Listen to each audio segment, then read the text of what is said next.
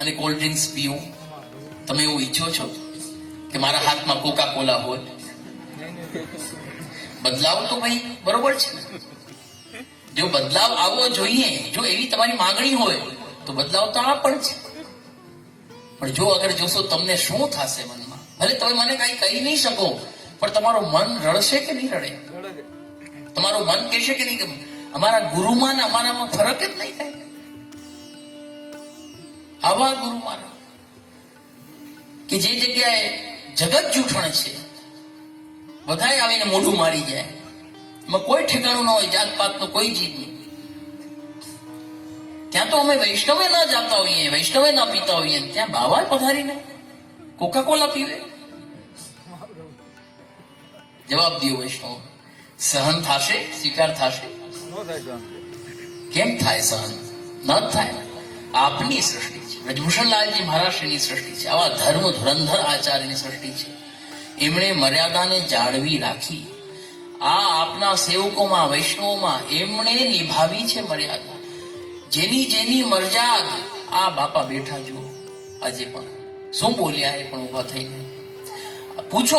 આને મન, આ લોકોને પૂછો એકવાર, આનું મન કહેશે, મન એમની મર્યાદ કેમ નિભે છે આજની લગી.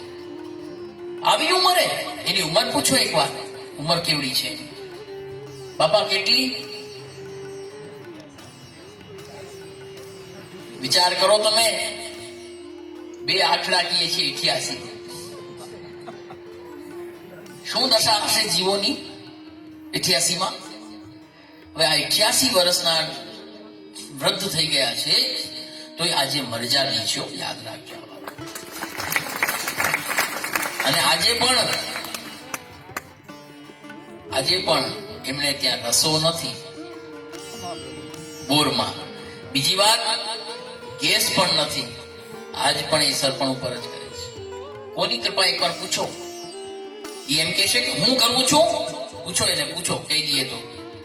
એકવાર પણ બોલે તો કે હું કરું છું જે નહીં. એક જ વાત હશે, એમની કૃપા, એમના ચરણારવિંદના કૃપા બલથી થાય છે જે કંઈ થાય છે. કોણે નિભાવ્યું આ બધું? એમણે નિભાવ્યું છે. એટલે વૈષ્ણવો, હું મારું એ જ કહેવાનું છે કે ગુરુ એ જ હોય, ગુરુ એવા જ હોય. તમે કદાપી ભૂલથી પણ ક્યારેય પણ એવું વિચારી અને અમને કદાપી તમે પરવશ ના કરો ઉતરવા માટે. તમે એવું સોચો, તમે એવું ઈચ્છો કે મારા ગુરુ તો એવા હોય કે જગતમાં કોઈ ના હોય. તમારી ભાવના એવી હોવી જોઈએ, તમારું માથું આમ ઊંચું રહેવું જોઈએ. હજી એક પ્રસંગ નથી કીધો કિશોરભાઈ, બચારા દરેક જગ્યાએ કહેતા હોય આ સમય નથી રહ્યો એની પાસે, એટલા માટે નથી કીધો. સમય હું પણ બહુ લઉં છું, મર્યાદાનું ઉલ્લંઘન કરું છું. નાના શું, કાંઈ વાંધો નહીં આવે. શું આતુરની વાત કરો તમે. એટલે મને પણ શરદી થયેલી છે આજે, ગળામાં ઠીક નથી બહુ. એક વસ્તુ એ નથી બોલ્યા એટલે આજે મારે બોલવી પડે છે, બાકી અમે કોઈ દી નથી બોલતા આ વાત. એ જ બોલે છે, કેમ કે એને જ અનુભવ્યો છે એટલે એ જ બોલે છે. અમે તો એમના વર્ષ છીએ એટલે અમે તો એમ તો આપણા માટે અમે કઈ પણ બોલીશું. તો વાત એ એકવાર ગયા હતા નાથ દ્વારા તિલકાયત ત્યાં, અને ત્યારે વાત થઈ. એમણે પૂછ્યું કે તમે કોના સેવક છો? તો એમણે નામ લીધું જે અમે કૃપાનાથ. અમે પેલા તો ક્યાંથી આવો છો? અમે જુનાગઢથી આવીએ. જુનાગઢથી? ત્યાં કોણ બિરાજે? તે પિત્તચરણનું નામ લીધું, શ્રી વિઠ્ઠલનાથજી બિરાજે છે. તમારા ગુરુદેવ કોણ છે? તો કે શ્રી બ્રજભૂષણલાલજી ગુરુદેવ છે. એક બ્રજભૂષણલાલજી એકદમ આશ્ચર્ય કરીને બહુ પ્રસન્ન થયા અને આજ્ઞા કરી કે तो को कह रहे हूं वैष्णव कि या जगत में अभी साक्षात श्री वल्लभ के दर्शन करने हो तो श्री ब्रजभूषणलाल जी के दर्शन करो. विचार करो તમે કે એક બાલક માટે આ વાત કરતા હોય એટલે કેવું સ્વરૂપ આપનું હશે.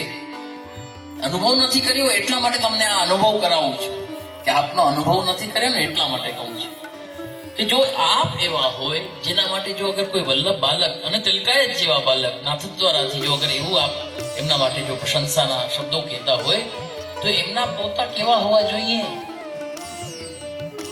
એ તમે વિચાર કરો કે તમારી નજરે અમે કેવા શોભીએ. આ આચરણ એમના રસ્તા ઉપર, એમના પથ ઉપર ચાલવા વાળા હોવા જોઈએ કે અમે સ્વચ્છંદ આચરણ વાળા હોવા જોઈએ? કેવા જોઈએ તમને ગુરુઓ? તો વૈષ્ણવો ખૂબ સમજો વાતને. આ માર્ગ સહજતાનો, સરળતાનો નથી. આ માર્ગમાં ચાહે તમે હો ચાહે અમે હોઈએ, બંનેને તપવાનું છે. અમારે પણ તપસ્યા કરવાની છે ને તમારે તપસ્યા કરવાની છે. ત્યારે જ તમે કંઈ પ્રાપ્ત કરી શકશો અને ત્યારે જ શ્રી વલ્લભની કૃપાથી અમે કંઈ તમને પ્રાપ્ત કરાવી શકશો. બાકી સહજતાથી આગળ લીધું તો માર્ગમાં કંઈ પ્રાપ્તિ નહીં. હવે બીજી વાત રહી કે જે આ તમને ઘણી ઉત્સુકતા હશે જાણવાની કે શોભાયાત્રામાં એવી શું વાત થઈ, પણ એવી ચિંતા કઈ કરતા નહીં. એવી કોઈ તમારાથી કોઈ જઘન્ય અપરાધ નથી થયો. બહુ નાની મોટી વાત હોય જે તમને અજ્ઞાનતાવશ થઈ હોય તે આજે કહેવાની જરૂરી નથી અને કહેશો પણ નહીં કે સમય ઘણો થયો છે. એટલે પછી નિરાંતે આપણે વાત કરશું આનંદથી.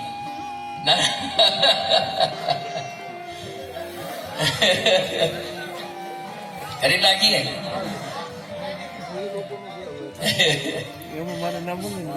એટલે જો ખાસ ધ્યાન રાખજો વિષ્ણુ, આપણો જે સંપ્રદાય છે એમાં ભગવદીઓની વાણી એનું મહત્વ છે સર્વપ્રથમ. બીજી વસ્તુ કે જેટલી પ્રાચીનતા, અલૌકિકતા એનું મહત્વ છે. કાલે આપણે એને અગર આધુનિકતાથી લઈ લઈએ કોઈ પણ વસ્તુને, જેમ આજે તમે બોલ્યા બરોબર છે, માધવદાસજીનો ધોળ જ હતું કે જય શ્રી કૃષ્ણ કહેવાની મને ટેવ પડી, પરંતુ બોલાનું કેવી રીતે, ગવાનું કેવી રીતે? બોલો આજના કયા મ્યુઝિક હોય? ડીજે તો ઠીક છે, ડીજે તો બગાડવા વાળાને શાયદ કહેવાય, પણ ઓના અલગ અલગ મ્યુઝિક હોય છે. હા, પોપ રોક એવું કંઈ હોય છે. તો એનો એ પ્રકારનો આખી ધૂન હોય છે. તો એની સાથે એને જ્યારે ચલાયમાન થાય છે, વસ્તુ ચાલે છે. તમે એક વસ્તુનો વિચારજો, ભગવદીઓની જેટલી વાણી છે ને ભાવાત્મક છે. આપણો માર્ગ આખો ભાવાત્મક છે, સ્વરૂપાત્મક માર્ગ છે. એની અંદર એક રચના, ચાહે અષ્ટ સખાઓની છે, ચાહે માધવદાસજી આદિ દયારામ ભાઈની છે, એ રચના જે છે એ રચના માત્ર નથી, કોઈ કલ્પના નથી. શાયર શાયરી કરે છે એ કલ્પના કરે છે, ગઝલકાર ગઝલ ગાય છે કલ્પના કરે છે, કવિઓ કવિતાઓ લખે છે તે કલ્પના છે એની. પરંતુ અષ્ટસખાઓની જે રચના છે, ભગવદીઓની રચના છે, તે કલ્પના નથી વૈષ્ણવ, તે આ સાક્ષાત્કાર છે. કુંભનદાસજી, ચતુર્દાસજી, સૂરદાસજી જે ગાયું છે એમને દર્શન આપે કૃપા કરીને તે તત સમયે આપ્યા છે, તત સમયે, એટલે ત્યારે ગાયું છે. આમ તો નથી ગાઈ દીધું. એટલે એનો આનંદ, એનો આવેશ, એનો ભાવ તમને ક્યારે આવશે? જ્યારે મૂળ સ્થિતિમાં તમે એને રાખશો તો જ એ સ્વરૂપાત્મક રહેશે. તમે પછી ગાયું ધોળ આપણે મુખેથી ગાઈને તમારી ગાનની સેવા છૂટી. ખૂબ ધ્યાન દેજો આ વાત.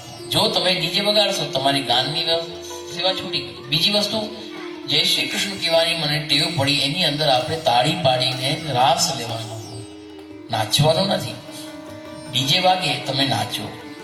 પેલી વરઘોડો જતો હોય અને એની આગળ ઓલા જેમ તેમ હાથ ઉલારીને, ટાંટિયા ઉલારીને બધા નાચતા હોય, કમરો મટકાવીને. આ વસ્તુ એ નથી. તમે કરો, ના નથી, પણ તમારા લૌકિકમાં એની છૂટ તમને 100%, એમાં કોઈ ના નહીં. અલૌકિકમાં ભેગા ના કરો, ખીચડી ના કરો, અલૌકિકને અલૌકિક રીતે રહેવા દો. બીજી વાત, જ્યારે આપણે આગળ વધ્યા, પેલું જે સરબત વરબત ને કંઈ પાયું, બધી વસ્તુ બરોબર છે, પણ દરેક વસ્તુની મર્યાદા હોય. પુષ્ટિ માર્ગની હિસાબે રીતે કરો, પણ બનતી કોશિશે એવું કરો, પ્રભુની પ્રસાદી લેવડાવવાનું, એવા આયોજન કરો. એની અંદર તમે પ્રભુને હવેલીએ પેંડા અરોગાવો, હવેલીએ કોઈ વસ્તુ અરોગાવી દો, પછી તમે એનો વાટ કરો, વિતરણ કરો, કોઈ ના નથી. આનંદથી કરો, સત્કાર કરો વૈષ્ણવોનો, એની ના નથી, પણ આવી રીતે કરો. એટલે પછી બીજી વસ્તુ એક હજી, એ અમને લલિતાબેનને મેં વાત કરી દીધી. લલિતાબેન સમજીએ ગયા જે અમને કઈ ખબર નથી એવી વસ્તુ. જેમ અહીં એક અમે આવ્યા તો એક ખુરશી ઉપર એક બચ્ચું બાળક બેઠું હતું, આ બાજુ બેઠું હતું. એના પરિવેશથી એવું લાગતું હતું કે મહાપ્રભુજી જેવું બન્યું હતું, આ બાજુ એવું લાગતું હતું જાણે શશીનાથજી કૃષ્ણ એવું જાણે કંઈ બન્યું હતું. તો કહેવાનો તાત્પર્ય એવો છે વૈષ્ણવ, મહાપ્રભુજી બનવાનો, શ્રીનાથજી બનવાનો જીવને અધિકાર ક્યાં?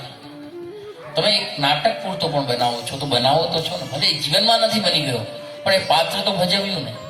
એ પાત્ર પણ આપણને અધિકાર નથી જીવને. તો પ્રભુ બનવાનો અધિકાર, કૃષ્ણ બનવાનો અધિકાર વ્રજવાસીઓને છે પણ જીવને નથી. એટલે પછી તો અમે કહ્યું એટલે તમે બધું, એ કોઈ વાત નથી, ભગવત કૃપાથી જેમ જેમ અમે આજ્ઞા કરી એમ તમે આગળ બધું કર્યું છે, નથી કર્યું નથી, આજ્ઞાનું પાલન બધે કર્યું છે, એમાં કોઈ બીજી વાત.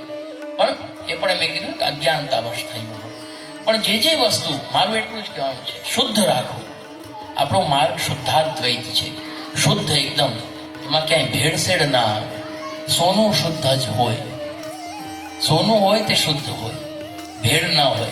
ભેળ હોય તો મજા વહી જાય. એટલા માટે પુષ્ટિ માંગે છે તે અસલ તમારા હિસાબે જોવા જાવ 24 ટંચનું સોનું છે. એટલે આની અંદર જેટલું થઈ શકે એટલું આપની પરંપરા અનુસાર એને જાળવીને આપણે કરીએ, એનો આનંદ વિશેષ છે, એનો આવેશ, એમાં આવેશ આવે આપણને. આમાં મોજ કરીએ, જલસો કરીએ, આવેશ ના. આવેશ જ્યારે આવે ત્યારે બધું ભૂલાઈ જાય, પ્યાસ પણ ન લાગે માણસને, ભૂખ પણ ન લાગે, કાંઈ ન લાગે. એટલે હવે વિશેષ ન કહી, સમય ઘણું થાય છે, પણ વૈષ્ણવો ખૂબ જ હૃદયથી કહીએ છીએ પુનઃ એ વાતને. ખૂબ આનંદ આવ્યો, ભગવત કૃપાથી ખૂબ બધાએ ભેગા થઈને આનંદથી ખૂબ ઉત્સવ મનાવ્યો પોતાનું કર્તવ્ય માનીને. એટલે સર્વેને ખૂબ ખૂબ આશીર્વાદ તથા ખૂબ ખૂબ ધન્યવાદ. દ્વાધીશ કી જય. સરદરા